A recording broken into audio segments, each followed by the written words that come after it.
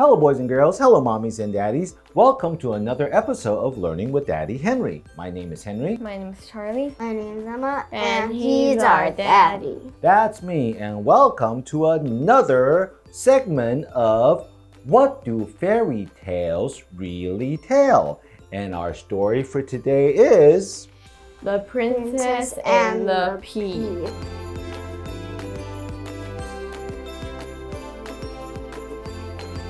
The Princess and the Pea.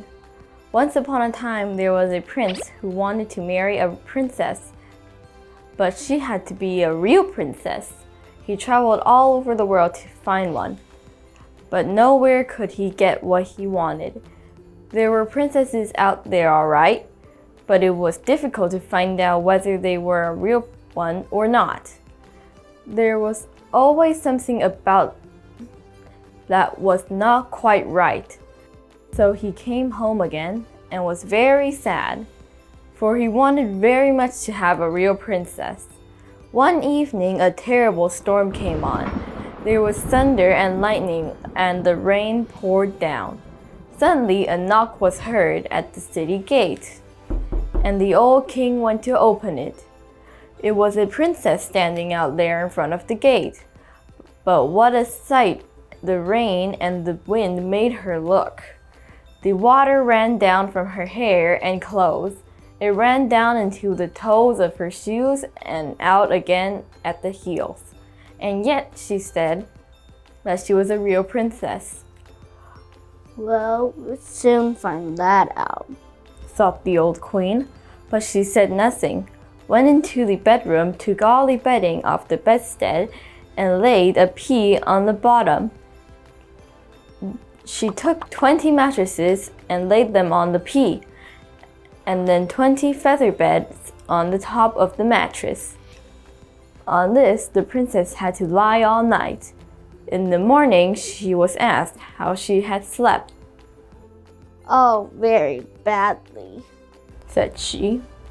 Hardly even closed my eyes last night. Heaven knows what was in that bed, but I was laying on something hard, so that I'm black and blue all over my body. It's horrible. Now they know that she was a real princess because she had felt the pea right through the 20 mattresses and the 20 feather beds. Nobody but a real princess could have felt it. So the prince took her for his wife.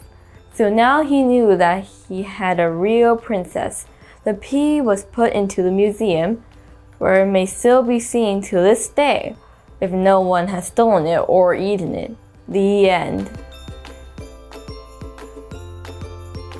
Thank you, Charlie. Thank you, Emma, for that wonderful story. And now it's time for our discussion. Now we remember when the story started off, the prince was looking for a real princess to marry. Now, I guess our discussion question is, should we marry someone because of their title or their job? No, because you're gonna get divorced one day. Well said. Because if you're marrying somebody not for who they are, but for their title, like if you're a princess or how much money. What about you, Emma? Have you ever thought about who you want to marry? No. No? Somebody rich, somebody famous? No. No, what about you? No, I never thought of like who I want to marry. Like I don't even know that person yet, so like I don't know who to marry. At least if that person, it's not like, if that person doesn't have to be rich, but they can't be poor. Whereas life is going to be very hard. I don't know if she gets the point that we're trying to make, but it's okay. As your father, right, don't marry anyone poor. That's just the father in me speaking. Okay, all right. So here's another thing. As the story moved on, right, the prince couldn't find a real princess, and on a stormy night, they opened the door and there was this girl. You know, she didn't look very good because of the rain, and she obviously didn't look like a princess, right? So I guess the discussion question is, should we judge someone by what they look like? You know, because they didn't think she looked like a princess. Yeah. So even though that she said she is a princess, but they didn't believe her. So should we judge somebody just by what they look like? No. What do you think? Do you, Bo? Don't we all, though, like judge people at times for what they look like? I guess we don't have too much to discuss when in regards of, in English we call it don't judge a book by its cover. Okay, now discussion number 3. Here's the thing. How should we treat our guests? Because if somebody comes to your house, you're supposed to be kind and nice, right? And do you think putting a pea under 20 layers of mattresses is a very good way to treat your guests? No. Yes. What is like here? Why don't you have a drink? But I'm gonna put some drugs in it, like that. Poisoning it. No, yeah, that's really excessive. That's a little too much. But you know what I'm saying? Like, be nice to your guests. Okay. Now the reason why I picked the story is also about sharing a bed with somebody. It's not easy, right? Yeah. The two of you, Charlie and Emma, they've been sharing a bed together for a long time. Now, would you like to share your bed with somebody who has problems sleeping just because there's a pea under 20 layers of feathers and bedding? No, I don't want to wake up oh my God, there's a dust under my blanket like that. Oh my God, it made me not fall asleep the whole night. Do that again. Why? Dad. Why? Dad. Do you see what she's doing? Yeah.